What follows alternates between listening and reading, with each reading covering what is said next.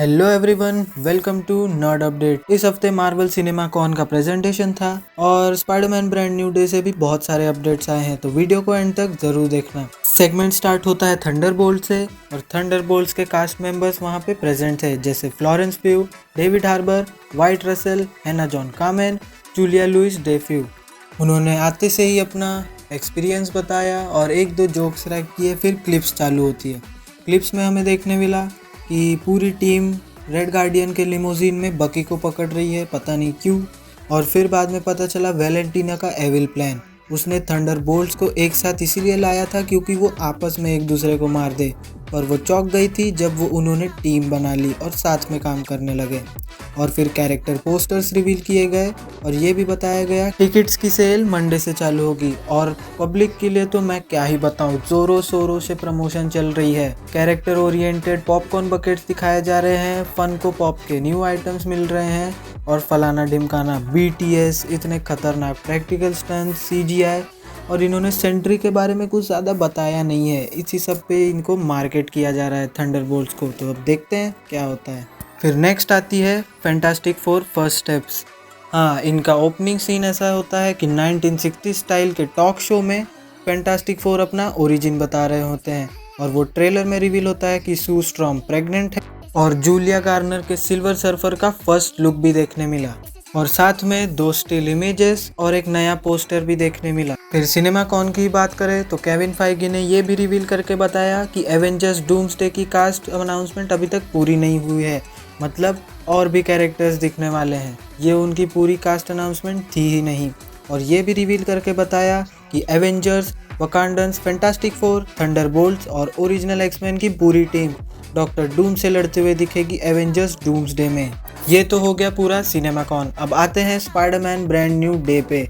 हाँ भाई, यही इसका ऑफिशियल टाइटल भी होने वाला है और इसके डायरेक्टर डेस्टिन डेनियल क्रेटन ने ये रिवील करके बताया कि ये एक स्पाइडरमैन के कैरेक्टर के लिए फ्रेश स्टार्ट होगा।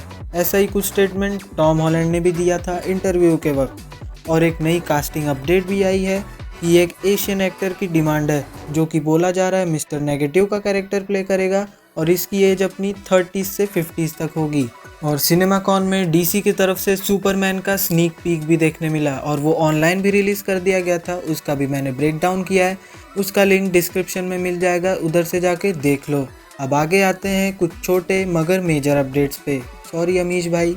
पहला अपडेट ये निकल के आ रहा है कि बताया जा रहा था एवेंजर्स डूम्सडे में वुल्वरीन का एक छोटा सा कैमियो होगा। फिर बाद में जब हैले बेरी, जो कि स्ट्रॉम का कैरेक्टर प्ले करती थी OG एक्समैन मूवीज में, उससे पूछा कि सब एक्समैन तो रिटर्न कर रहे हैं, आपका क्या सीन है, तो उसने बोला कि इंतजार करते रहो, मैं नहीं आ रही। फिर एवेंजर्स डूम्सडे के भी कुछ सेट्स इमेजेस लीक हो गए हैं और कुछ सेट्स अभी बनने बाकी हैं।